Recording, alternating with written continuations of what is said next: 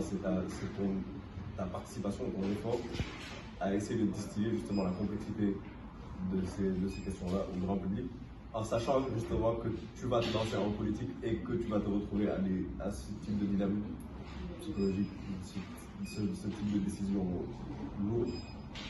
Et justement, sachant que à nos niveaux, où très souvent l'électorat voit les choses d'une manière très manichéenne, tout est noir et blanc, ton effort de montrer que tout est plutôt gris et que la politique justement a cette dimension-là, est-ce que c'est vraiment l'effort que tu voulais faire, c'est l'effort un peu d'éducation en même temps que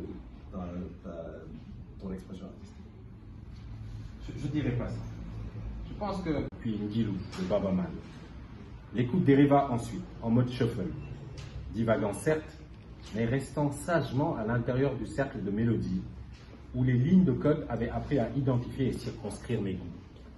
Divagations qui m'emportèrent et me menèrent, alors que j'étais enfoncé dans ce fauteuil, jusqu'au rythme de la plus belle musique du monde, Salamane, de Balaké Sissoko et Toumani Diabaté. Cette œuvre d'art qui me bouleversait à chaque écoute ne tenait pourtant que dans 21 fils de nylon, tendus entre une coque et un monde soyeux, sur lequel 2 maîtres, accompagnés du souffle de leurs ancêtres et empoignant la kora par ses boules calamo, dispersaient des pétales de son. Chacune de ces notes, avec sa couleur, avec son tintement, avec sa hauteur, avec sa charge, s'introduisait en moi, inventoriait ce que j'étais, me questionnait sur ce que je voulais être, enquêtait malgré moi sur d'où je venais. J'ai toujours été ému par le pouvoir de la kora, transporté par sa force chaleureuse qui nous relie au reste de la matière, par sa capacité à nous faire dialoguer en esprit avec ses aïeuls inconnus, avec cette culture oubliée, toute entière cachée dans ce bois de veine et cette cavité d'où s'échappaient notes et légendes, berges verdoyantes du Djoliba et oasis du désert, razzias violentes et mariages joyeux, ateliers vibrionnants de sculpteurs, de forgerons impériaux, de cordonniers habiles. À chaque octave, montaient en moi les espoirs d'enfants, devenus ancêtres d'autres enfants, l'écho de batailles victorieuses, comme la détresse de royaumes effondrés. Vibration. C'est tout ce que nous offre la kora, c'est tout ce qu'elle a toujours été et tout ce dont elle ne nous privera jamais. Faisceau d'ondes sonores reliant les époques, écho de qui nous étions et n'avons jamais cessé d'être. Salamane, comme Dounia, comme Djarabi, comme Djourou, devaient être des offrandes, mais aussi un message de détresse de cette femme génie de Missirikoro à qui l'on déroba cet instrument. Écoutez ma voix revivre à travers l'art de mes enfants. Écoutez-la, dissimulée dans ses notes, tapis dans leur silence. Écoutez mes larmes s'écouler en vous. Ce soir-là, en écoutant Salamane, j'ai pensé à ma mère, à son rire, ses larmes écrasées en cachette face aux duretés de la vie, aux airs mélodieux qu'elle me chantait lorsque j'étais enfant. Elle était là, vivifiée comme jamais, par ce torrent d'émotions que seuls les Korafolas avaient libéré en moi. Main virtuose d'Ablaï Mukandia, de Djeli Moussa ou Sona, de Sousso, de Madina, Lamine, Balaké et Toumani. Souvenir des ancêtres, gloire des empires, dont nostalgique des aïeuls, fantômes de nos parents. La kora a toujours été bien plus qu'un simple assemblage de bois, de peau séchée et de fils tendus. Elle n'est que lignes et mouvements, syllabes sur laquelle passé et présent s'entrecroisent, grande route à travers laquelle les peuples frères des contrées sœurs dialoguent librement. La kora est l'étoffe qui recouvre sous sa bienveillance des générations éparpillées par l'histoire et ses caprices, par le temps qui nous échappe, par la géographie et ses sables mouvants, et les fraternités à chaque pincement de corde, l'éternité qui s'offre à nous sur le bout des doigts. Voilà.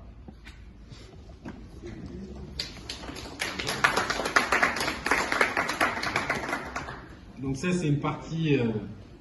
Par contre, là, j'ai usé de mon privilège d'auteur pour faire... Intéressant d'avoir un peu ton point de vue. On laisse l'acteur principal et on voit pour toi. Est-ce qu'il y a une zone grise quand on fait de la politique? Est-ce qu'il faut être prêt à faire de la politique ou est-ce qu'il faut être comme Diassé et rester dans la négationnisme et un peu dans l'idéalisme de la politique? Écoute, je pense que ceux qui réussissent en politique ne sont pas forcément ceux qui ont les mains sales. Ce serait avoir une vision trop pessimiste de la réalité politique. On a des acteurs politiques qui sont arrivés au pouvoir, qui ont eu des vies très décentes, qui ne sont jamais trempés dans des choses douteuses qui même dans la conquête du pouvoir ne se sont pas compromis avec leurs valeurs. Je peux parler de Lula, par exemple le président brésilien, même de Angela Merkel, par exemple, qui, quoique elle a trahi Helmut Kohl à un moment donné. Ça, il faut le dire. Je peux aussi parler de Pepe Mujica, qui a dirigé l'Uruguay, je pense, à un moment donné. C'est l'Uruguay. Et donc, il y a des acteurs politiques qui arrivent aux affaires et qui ne sont pas forcément, qui sont pas forcément salis par le voyage qu'ils ont entrepris pour arriver à ce niveau-là. Par contre, j'ai tendance à croire que dans les démocraties représentatives, là où, dans la majorité de ces démocraties, là où on doit voter et obtenir 50% plus une des voix pour être majoritaire, vous devez moduler votre discours selon l'auditoire. Ce que vous dites aux pêcheurs, c'est pas ce que vous dites, ou pour faire simple, ce que vous dites aux agriculteurs, c'est pas ce que vous dites aux éleveurs. Et pourtant, tout le monde, les deux, pensent être contents quand vous arrivez au pouvoir, mais intrinsèquement, les deux sont destinés à se chamailler parce que les uns empiètent sur les terres des autres. Et pourtant, vous allez promettre aux uns qui ne vont jamais empiéter sur leurs terres, et vous allez promettre aux autres qui peuvent aller divaguer là où ils veulent. Ou en tout cas, vous allez arranger la chose de telle sorte que ça va bien se faire. Sauf que personne n'a jamais réussi ça. Mais ils vont avoir tendance à vous croire. Donc, dans les discours, dans les moyens, je pense que c'est très difficile de ne pas accepter l'idée de ne pas devoir, à un moment donné, se salir les mains, partiellement, ou faire des compromis. Si on refuse cette idée et qu'on souhaite rester pur, pour moi, soit on reste un citoyen non actif, soit on est un intellectuel, parce que l'intellectuel n'a de compte à rendre qu'à sa conscience, à la fidélité à ses idées, soit on est un religieux, un homme de Dieu, et on rencontre à son Seigneur. Mais si vous rentrez en politique où vous avez besoin de l'adhésion d'une majorité de personnes, vous devez moduler, vous devez vous associer avec des personnes que vous n'aimez pas forcément, dont vous ne partagez pas les valeurs. Et c'est valable aussi bien dans l'opposition qu'au pouvoir. Ce n'est pas l'apanage de celui qui est dans la conquête. Dans le livre, par exemple, la présidente sortante, qui est l'adversaire de Siby, le personnage principal, lui dit en attendant que ce pays, que chacun change ses croyances, moi je m'attelle à libérer les cerveaux de milliers d'écoliers et d'écolières dans des zones où ils ont historiquement été maintenus dans l'ignorance. Et pour pouvoir faire ça, je dois voter des budgets. Et pour voter des budgets, qu'est-ce que je dois faire? Il faut que je m'allie à des gens qui sont des conservateurs, des bigots, des gens pour qui je n'ai aucun respect. Mais si ça me permet d'appliquer une partie de mes idées, je suis prêt à le faire. Et je pense que les politiques sont des personnes qui sont capables de lâcher une partie de leurs idées pour pouvoir se raccrocher aux idées les plus essentielles. Une caricature ou pas une caricature, une analogie, douteuse ou pas, quand vous êtes isolé en montagne et qu'il fait très froid, votre corps se met en mode shutdown. Le sang quitte la périphérie, vient au niveau des organes centraux et le corps est prêt à sacrifier des parties de lui-même pour pouvoir survivre. C'est la même chose. Je pense que celui qui veut changer la vie de millions de personnes ne doit pas s'embarrasser d'état d'âme s'il faut pour arriver à cela. Je ne pense pas avoir lu, ou en tout cas avoir connaissance de livres de littérature africaine qui traitent d'un thème similaire, en tout cas avec autant de profondeur certainement. Je n'ai pas encore lu le livre, mais en tout cas avec ce que j'entends ici, la passion des uns et des unes et des autres, et la manière dont tu en parles, en tout cas ça me donne envie de le lire. Et je suis en train de finir un livre en ce moment, mais dès que je le termine, je vais m'atteler à lire le tien, et je sais que je vais aimer, vraiment au vu de ce que j'entends ici. Les thèmes, enfin presque ce que j'entends ici, c'est en gros la frontière ténue entre le compromis et la compromission, jusqu'où aller, et aussi ce mythe un petit peu du politicien vertueux. Je pense que tout le monde pense en politicien vertueux, etc. Mais qui est vertueux? Qui est vertueux? Comme disait le Christ, que celui qui n'a jamais péché lui lance la première pierre. Moi, j'ai été en situation de responsabilité, pas politique, mais dans le monde bancaire. J'ai eu à gérer beaucoup de gens, beaucoup de pays, etc. Vous savez, vos valeurs, à un moment donné, il y a des décisions à prendre. Et quand il y a des décisions à prendre, je peux vous dire que vos valeurs personnelles, on ne gère pas une personne comme on gère 1000 personnes, comme on gère 1 million de personnes. Et même dans nos propres familles. Même dans nos propres familles, gérer nos enfants, c'est très compliqué. Et c'est pour ça que je pense que souvent cette volonté de vouloir jeter la pierre aux politiciens, je pense qu'il faut faire très attention.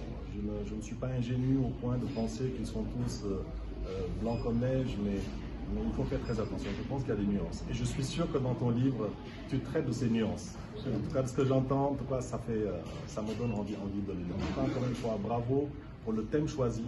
Et j'aurais une question à te poser. Et c'est une question peut-être qu'un écrivain va poser à un autre écrivain. Quand tu as commencé à écrire ce livre, est-ce que tu savais exactement la fin du livre? Est-ce que tu la connaissais? Ou alors, est-ce que tu as commencé à écrire ce livre avec peut-être un fratras de principes, d'idées, et au bout d'un certain moment, tu as senti que le livre s'écrivait lui-même? Est-ce qu'à un moment donné, tu n'as pas eu l'impression que tu tirais en fait une carriole avec des chevaux et que ça allait dans tous les sens? Il fallait même te tenir les chevaux. Et quelque part, le livre, je ne dirais pas c'est écrit tout seul, mais en tout cas, il y a eu un combat entre toi et le livre. Il y a eu un combat et à un moment donné, le livre lui-même a fini par être un compromis, comme les compromis politiques entre toi et lui. Comment ça s'est passé dans ta tête? Intéressant. Alors, je dirais que l'image... Rien à reprocher dans le produit. Moi, si j'avais à te reprocher, je te reprocherais de ne pas avoir assez lu. Parce que pour moi, il y a quelque chose que j'attendais. Ce sont mes attentes personnelles qui ne t'engagent pas. Mais j'attendais en fait la figure du religieux dans le livre. Par exemple, si là on est en politique au Sénégal, on sait que ce ne sont pas que les politiciens. Entre eux, on sait qu'il y a une autre entité qui est là, qui est même politique, moi j'ai envie de dire, et qui joue un certain rôle. Moi j'aurais aimé voir un khalife général, peut-être pas tant que ça, mais peut-être un petit religieux, quelqu'un qui a une certaine influence, peut-être même Sibi, qui va voir un religieux qui semble en fait être un talibé bien courbé ou pas. Et j'aurais aimé peut-être que ce soit un peu développé dans ce sens-là, qu'on sache en fait que sur la scène politique, après c'est vrai que le pays n'est pas nommé, mais sur la scène politique sénégalaise, en tout cas ce qu'on sait, même si on ne se le dit pas toujours, on sait que ce ne sont pas que les politiques entre eux qui se chamaillent et qui se retrouvent, il y a autre chose derrière, et j'aurais aimé vraiment voir ça. Après, tu as dit de ne pas être censuré, donc est-ce que tu as choisi de ne pas en parler, ou est-ce que ça ne t'a juste pas traversé l'esprit? Très intéressant. Sur l'aspect religieux, je n'ai pas estimé utile, en fait, de parler de nos confrères. Je pense que dans les tout premiers drafts, je pense mettre un aller-retour justement du candidat vers une capitale religieuse, et ensuite qu'ils reviennent, qu'ils échangent là-bas et qu'on voit l'influence des religieux sur la politique. Mais pour moi, ce n'était pas essentiel dans ce que je voulais traiter dans le bilan. Parce que un roman, en fait, c'est un accordéon. Il y a des parties que vous contractez et il y a des parties que vous déployez. Et moi, ce que j'ai voulu déployer ici, c'est la dimension psychologique de la politique, la dimension très personnelle, très humaine de la politique. J'ai moins traité les rapports de pouvoir au sein de la politique, ou au sein de la politique, que la dimension vraiment personnelle, l'individu qui s'engage, quel est le coût moral, éthique, physique de cet engagement-là dans l'espace politique. Maintenant, j'ai même fait la même chose du côté de l'argent. Par exemple, j'ai pas beaucoup développé la partie l'argent politique. Pourtant, ça joue un rôle fondamental. mais j'ai rapidement fermé ça, c'est par touche impressionniste. Et sur la religion, il y a une chose qui m'obsède davantage que la question des marabouts et des familles religieuses en politique, c'est la question de la radicalisation du djihadisme. Et ça, je l'ai traité. Parce que je pense que d'un point de vue humain, les pertes humaines que nous subissons en Afrique de l'Ouest depuis maintenant 10 ans, 15 ans, sont inouïes. Des dizaines de milliers de morts en raison d'une radicalisation. Ce sont des Ouest-Africains qui s'entretuent au nom d'une idéologie mortifère qui est le djihadisme radical. Et ça, je l'ai traité à un moment donné. Même il y a un chapitre qui s'appelle « Ceux qui donnent un nom à Dieu ». Donc j'ai traité un chapitre entier autour de la religion, mais sur la question de la radicalisation. Et c'est pour ça d'ailleurs que je ne nomme pas le pays. Je ne voulais pas donner de marqueurs trop précis, même si on peut dire que c'est une coquetterie, parce qu'il y a des choses qui rappellent très clairement le Sénégal, et il y en a d'autres qui rappellent le Mali aussi. C'est un mélange des deux.